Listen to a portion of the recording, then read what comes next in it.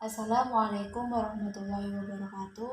Perkenalkan, nama saya Nuri Sabila Firdausita, NIM 226 dari kelas Sistem Operasi F.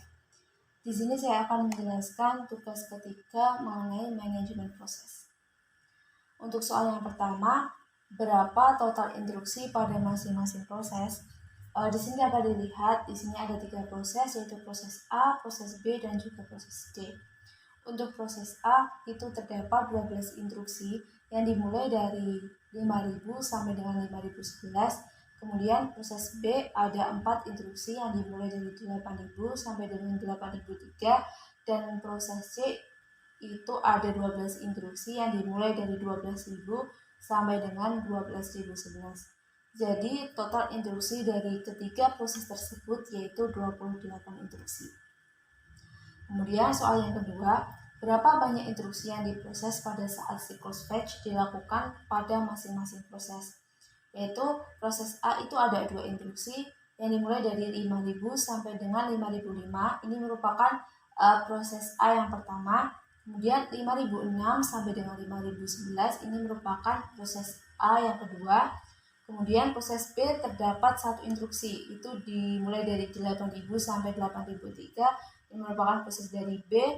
Kemudian proses C terdapat 2 instruksi dimulai dari 12000 sampai dengan 12005, merupakan proses C yang pertama, dan 12006 sampai dengan 12011 ini merupakan proses C yang kedua. Jadi proses A itu terdapat 2 instruksi, proses B 1 instruksi, dan proses C itu 2 instruksi. Kemudian soal yang ketiga, apakah yang dimaksud dengan dispatcher dan dispatch latency?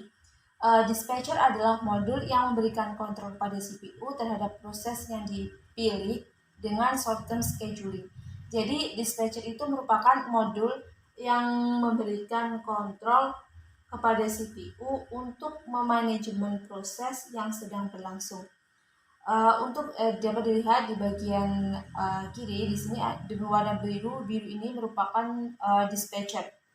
Jadi dispatcher itu merupakan pergantian antara instruksi satu dengan instruksi yang lainnya.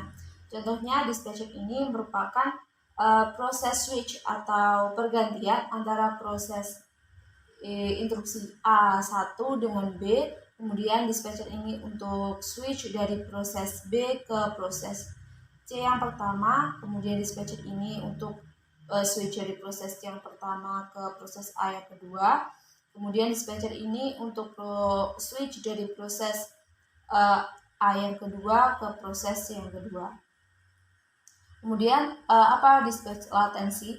Dispatch latency itu adalah waktu yang dibutuhkan dispatcher untuk menghentikan suatu proses dan memulai menjalankan proses yang lainnya. Kemudian soal selanjutnya, kenapa hal tersebut harus dilakukan saat manajemen proses berlangsung? Jadi proses tersebut penting untuk dilakukan saat pergantian instruksi.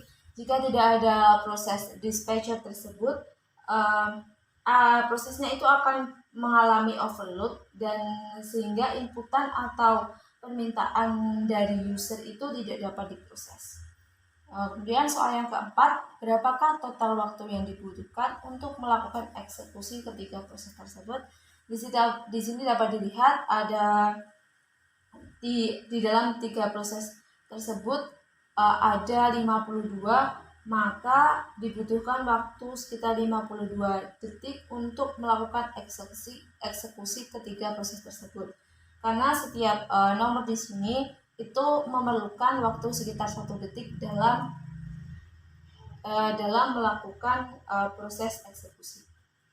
Itu saja penjelasan dari saya. Bila ada kurang lebihnya mohon maaf. Terima kasih. Wassalamualaikum warahmatullahi wabarakatuh.